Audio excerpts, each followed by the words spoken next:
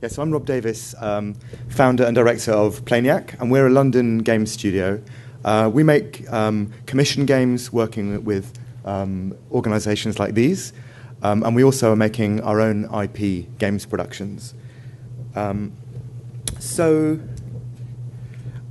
short while ago I was in Toronto. I was speaking at a conference there, and I saw Occupy Toronto that was in a church, in the grounds of Toronto, of a church in Toronto at that time.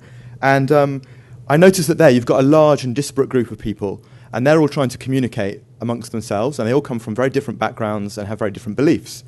And I noticed that they had this sign-up that showed how they wanted to communicate to each other. It's a system for communicating in large groups. It shows that if you want to block a point, you do that. If you've got a question, you do that. If you disagree, you do that. A short time after that, I was back in London, and I happened to go to St Paul's, where there was also Occupy London going on. And I noticed that they had actually a very similar sign up on the side of this cathedral that's hundreds and hundreds of years old. And actually, the codes were quite different. So if you put these groups of people together, they would have probably been in a bit of a mess. They would have been signalling to each other very differently. But they similarly had identified that they needed this set of symbols to communicate with each other. And some of what this talk is about is some of what we use to achieve that when we're talking about and designing games. And it's very important to have a commonly understood set of signals when we're doing that. I'm also going to talk about, as we work with designing a game, some of what we're doing is playing the game, but also some of it is playing with the game. So also the things that I'm going to mention in this talk are techniques we use to play with our game as we design it and to evolve it with good understanding as we're working on it. So I'll start with a few small steps that probably many of you will be familiar with. The first thing we're doing quite often in a production is developing the concept. That's a time where we look at any materials that we have at the beginning from perhaps a client. If it's a commercial commission, that would be a brief. It's also where we work with lots of experts. So it's when we tend to have really good expert voices in the room, in fact, all the way through the production. But this is the first point that we do, whether that's experts from the client or perhaps specialists with specialist areas of knowledge, whether that be medical or political or whatever kind of the background of the production is. The concept development stage usually leads to lots and lots of ideas, and then we quite quickly narrow that back down to a smaller number of ideas, and that's where we go to this other small early step, a written spec for a document for a game. So the written spec part is really where we end up with a paragraph or two that's going to describe our game pretty succinctly, and that's something that we can signal to our entire production team and all the people we're working with. This is what we're about to do. It might change from there, but this is what we're about to do. So I'm going to move on to some of the more kind of graphical ways that we then communicate and share about our games. Now, this is a technique that I first used with the game that I'm going to talk about shortly, International Racing Squirrels. And we found that I think it's quite a new way to model a game before you've built anything. So typically, when you start making a game, you wireframe stuff. This is a game that we made with British Gas that was released about 8 weeks ago, and it's called Journey to Fossil Island. And when we started making this game, it's a 6-part quiz adventure game that takes you to this fictitious island, and it's an ecological educational game. So to do well in it, you need to know a lot about the environment, and you do it episodically over 6 weeks. So one of the key screens in that game is this. And this is where you travel to these 6 locations around an island, and they all start off polluted. And then as you play the levels of the game, you clean them up, and they all become clean.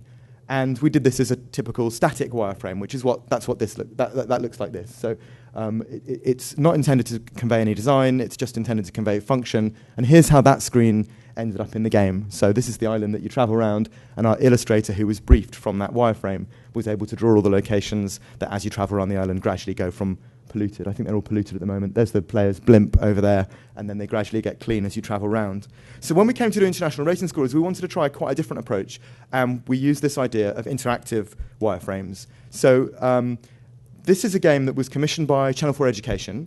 It's a squirrel race team management game, as you do make those, and it's also a financial education game. So we worked with the Money Advice Service, a subsidiary of the FSA, and they were some of the experts that we had in the room, as well as, of course, Joe Twist from Channel 4, who commissioned the game at the time.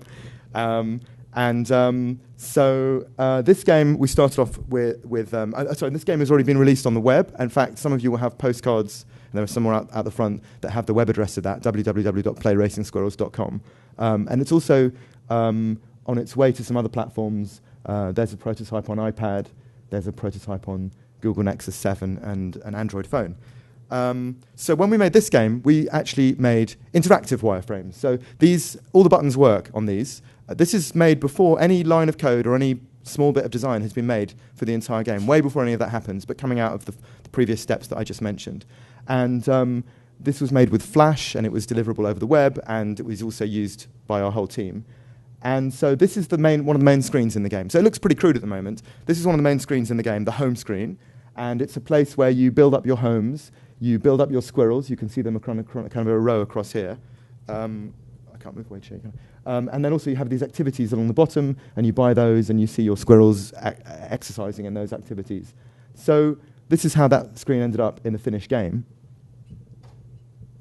And so you can see here, that's the same row of homes that you saw in that interactive wireframe.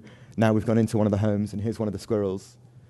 And we can click on them or mouse over them to find out stats for those. And all of these screens were all modeled in the interactive wireframe, really quite simply, and without any actual interactivity, but in a way that our whole team could, and our client could view and understand. Here's another important screen in the game. So the race screen, it's a management sim game. So when you look at the race screen, you're not actually racing. The idea is that you have an above view, and your team do as well as you've set them up. If you've built up their stats well, they'll do well in the races. You dive in with a bit of a mini game, and that's what you can see at the top there. And you have a kind of position indicator there that's a bit of a nod to Mario Kart. And there's the track. So again, the finished version of that game. And again, all these screens were kind of modeled in the wireframe. You go and select one of the 8 racetracks that's available in the game. When you found your racetrack, you... which one's it going to be? The ice climb, track number 6, that's a difficult one. Then you choose which squirrels you're sending off to the race. You might choose some power-ups that they're going to use in the race.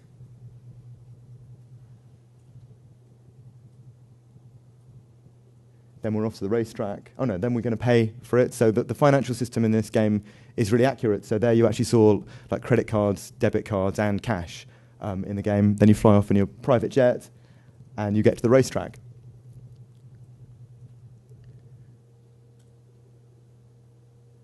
Having the wireframe was really useful going into the design stage with this, because it meant the designers and the coders all knew exactly what they were making from that. So that was the race screen. But there's another use for the interactive wireframe as well. So this is actually a test in a school with a pupil in our target age range for the game, which was 15 to 16, although the actual age range is much wider. It goes younger and it goes a lot higher. And what he's actually doing is playing the entire game. Now, I should just repeat, he's doing this before a line of code and before any design has been done in the game. And he was able to play through a large part of the game using the interactive wireframe. What's actually happening there is I'm sitting next to him, and I'm telling him what the computer would be doing at those points in the game. So I'm kind of verbally modeling the game. I'm telling him what his stats might be, what the outcome of a race might be, what might happen. And obviously he's using his imagination to kind of engage with the game, but it meant we could kind of simulate playing the game, playing big chunks of the game really, really early on. So that's interactive wireframes. So they have all the benefits of static wireframes, of regular wireframes. They give a really good sense of the screen flow through the game and some of the gameplay dynamics, which is something that you don't tend to see until a bit later usually. And they're really easy to assimilate for everyone in the team, whether technical or non-technical. They're really useful for all the teams involved. They're pretty easy to maintain, made with Flash on the timeline, and we can use them for live testing. So that's one of the techniques we use, interactive wireframes. Another technique that we use is paper testing.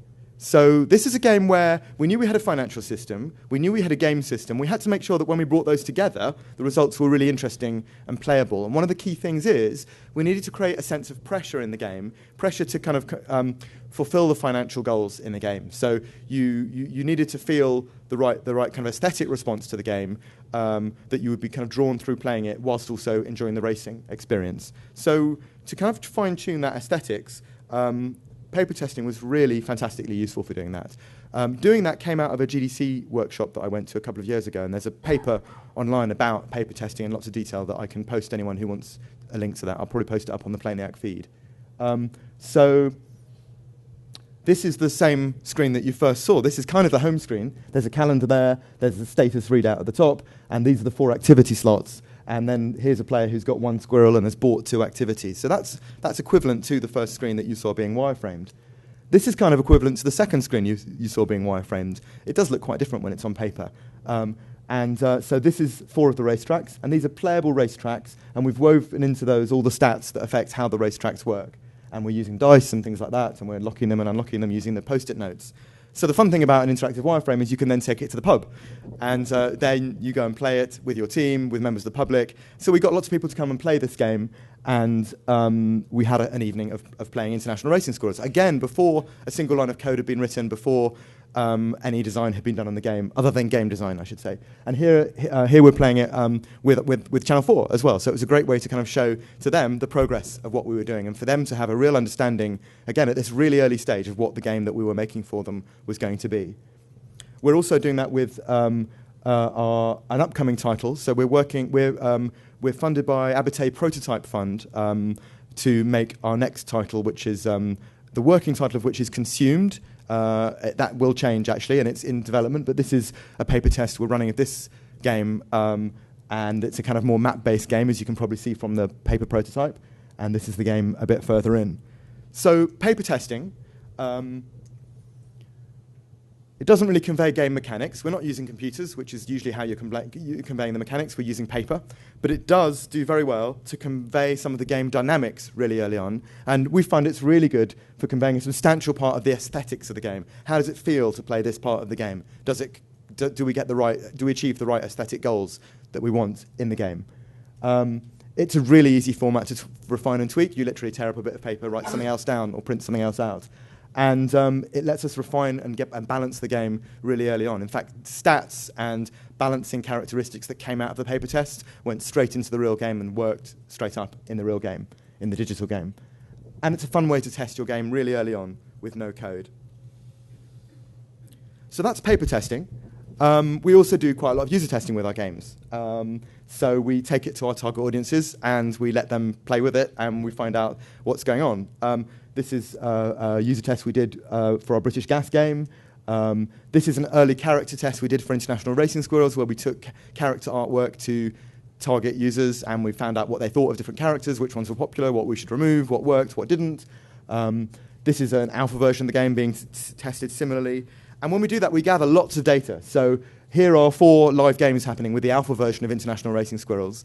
And we've captured every single click, and we can see exactly what they're doing all the way through the game. And we use this to analyze exactly how the game is working, where people are in flow, where they're getting confused, what does work and what doesn't work within the game. It really reveals quite a lot of detail and goes back into our process. You do have to make sure, and this is one thing I've heard from other development teams, that you listen to this stuff. So it's quite easy to look at it and go and kind of justify in your head, oh yeah, but they didn't see that, or but a normal player would have seen that, or oh yeah, but we don't really need to do that. But you do need to listen to this stuff. You need to look at it and you need to make sure that you use it to improve your game. We also gather lots of stats. So this is a questionnaire that we get everyone to fill in, and there's lots of information we get from kind of that. This is much more subjective, so it's kind of lots of opinions about what works in the game, what doesn't, what they like, what they don't like, which bits are clear, which bits aren't clear. So user testing, you have to know what you're testing. You have to know what you want to find out from the round of testing that you're doing. Even though we do several different stages through the game, the purposes of each one are quite different. So several stages, as I said, right from the early look and feel, the first sketches of characters, the first sketches of artwork, right through to alpha and beta cycles and releases of the game. And it's really feedback right from the horse's mouth, and you do have to therefore listen to it. And it's when you're there, and as whoever the dev team, you can get into this testing environment. It's really useful for them because suddenly, you've been seeing the game through one set of eyes and from one angle for a long time. Suddenly you see it from an entirely different angle, or even a whole set of different angles. And it's really honest. So you're going to get, especially with younger testers, you're going to get kind of heartwarming compliments, and then you're going to get gut-wrenching criticism. And you have to take it all and use it all to improve the experience that you're offering. And the same person can deliver that in one sentence. But yeah, you just have to use that and use it to improve what you're making. So that's user testing. Now, this tends to be a little bit later in the game design process, but balancing. Some of it happens very early on, some of it happens way after you've released the game. But I like to see balancing a bit like this mission control room in the background. This is from I think from a 1970s NASA control room. So I think when we're designing a game and we're thinking about how our game works, we're like the operators in that control room. But actually the game itself, the game experience that we're tailoring, is far, far away in space and time. It's actually far in the future because it's quite a long game. I was going to use the Mars Curiosity rover as a kind of analogy here, but that's not far away enough. Signals to that take 3 to 30 minutes to get through to Mars. Actually, we're talking about 8 to 15 hours ahead when we're making a tweak to a game and seeing what happens to the game further down the line. So more analogous is this fictitious NASA sketch of a very far outer space mission that has never been launched. So how do we do that? How do we find out what's going on that far ahead in the future, that far away, when we're making a tweak here and now, and actually the gameplay that we're changing is quite distant? That can be quite difficult. So some of the techniques we use to do that are we design stuff kind of carefully in the first place. So we model stuff quite accurately, and we use mathematical formulae to make sure that actually the game does gradually unfurl in the right way as time goes by. So these are graphs that you may never ever see again. This is a graph of a squirrel's, how a squirrel's performance is affected by its mood in our race game. And the second one is how much energy, how a squirrel's energy affects its performance in a race. So we modeled all that stuff quite carefully. We also kind of design game cycles from the beginning, so we know exactly what our intended kind of behavior cycles are in the game. And I've seen similar diagrams to this in lots of casual games. I know that there are similar diagrams for things like Farmville and that kind of thing. All of those games, you have an awareness of a kind of cycle of behavior that is the kind of background level of activity in the game that everything else sits on top of.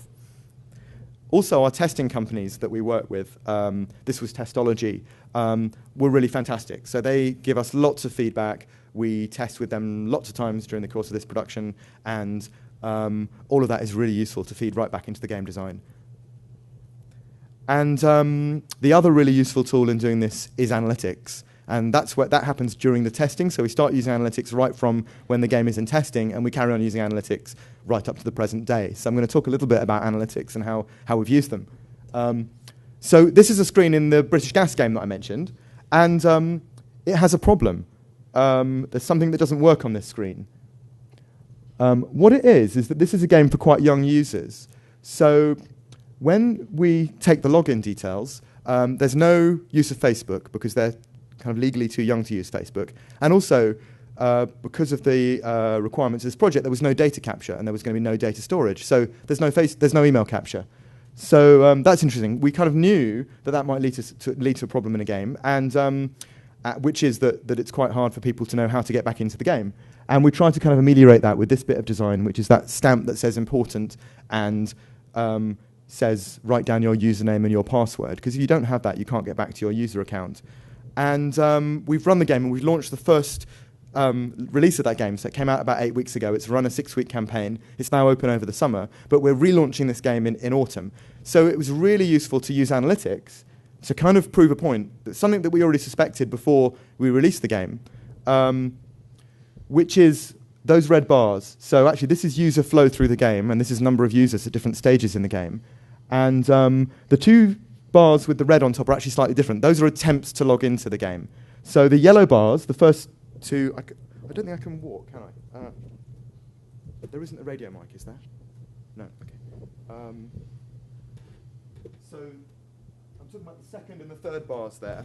So the second and third bars there are showing attempts to log into the game. The yellow bar at the bottom of that second bar is new users arriving at the game, and you can see that it doesn't go down very much. Is that? Oh, that'd be great. Actually, then I can just point. Oh, thanks very much. Great. Can you hear me? Hello. Okay. So this is new users arriving in the game, and most of them get into the game. So that's okay. That's what we'd expect to see. This is users returning to the game, and that's how many actually succeed in returning to the game. So that's because of the design of that screen. So this is kind of hard evidence that we use to go back and say, next time this game is released, we have to change that screen. So this is using analytics and Google data to improve the design of this game and make it better next time that we run it. Similarly, we did lots of data capture in International Racing Squirrels, and we're really excited about the data that we're seeing coming out of that. So International Racing Squirrels, as it stands at the moment, is a free browser game that people can come to at any time and they can leave at any time. There's no buy-in to use that game. And yet, they're actually staying for an average of 43 minutes every single play session of the game, which is a very long period of time for a browser game. And this is data that we get from the Google Analytics, but that was updated this morning. Also, these figures actually have changed. So when I last showed this, 2 times ago when I showed this slide, I would say that 40% of our players were playing for more than 10 minutes each session that they come and play, and 20% were playing for more than 30 minutes each session they come and play. We launched the game on Congregate, and we thought those figures would go down because it's a younger audience, because it's a platform where there's lots of other games, so people just hop around between games. But we actually found that they went up. So we're finding really fantastic engagement times in the game, and that's really exciting to see. And so this is a graph of playtime when you play a game through to each level. So it tells us quite a lot about how long it takes to get through the content in the game. And so we see quite a smooth ramping up. So this is in hours. So the first few levels of the game take about half an hour. Then as we come through to the kind of lower levels here, 8, 9, 10, we're seeing that as being about 2 hours of play. And then as you get up to the higher levels, you're going up to like 4, 5, 6 hours of play, up to the very ends of the game where you're playing for 10 hours of play. Now, we see this get a bit bumpy at the end, and so we're seeing quite a smooth growth there, which we expect and which we like, and then we see a bit of bumpiness at the end. There's 3 reasons why that's there. So one is that Google actually isn't brilliant at capturing data in long play sessions. It starts to drop data when your sessions get longer, so Google Analytics get less accurate for us on longer games. The other one is that we have a little less data further into the game because obviously there's more players here and there's less players here because not everyone goes all the way into the game. And thirdly, and this is where we can take a game design learning away from this, we think that we will add more content to these higher levels. All games are made with a certain amount of resource when they're made in the first place. We use all that resource to make a fantastic amount of content, but we can always add more content to a game to make a bigger and larger game. And the same happens when we look at this graph of people playing through each level. So at first glance, this looks quite a controversial graph, actually. It seems to show a kind of tumultuous drop in players as we go through. But it's not as bad as it looks. The reason being that the time between each of those levels is increasing exponentially. So each of these stages represents a much larger slot of time. So actually, this is a smooth tail off in players, and we expect to see that because all content has players over a period of time, and we don't expect everyone to play all the way through all of our games.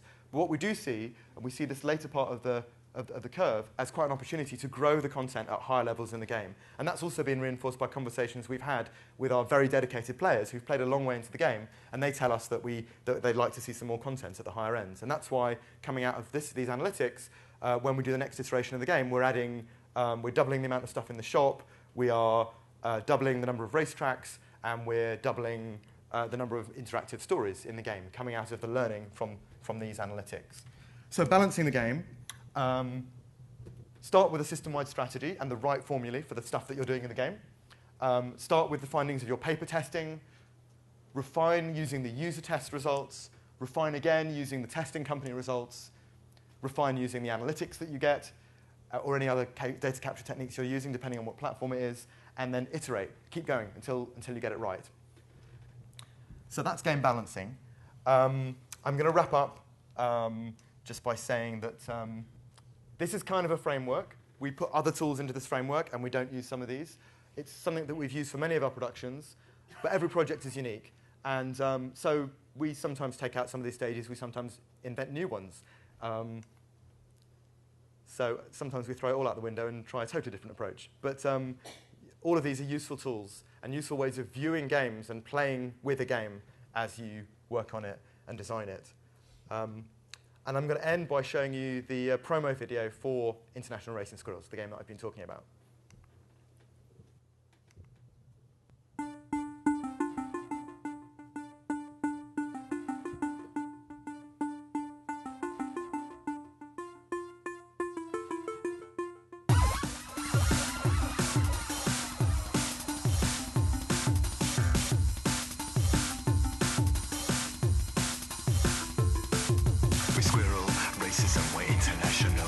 Deserts to mountains, we will race them all. We're stronger, we're faster, we've got agility.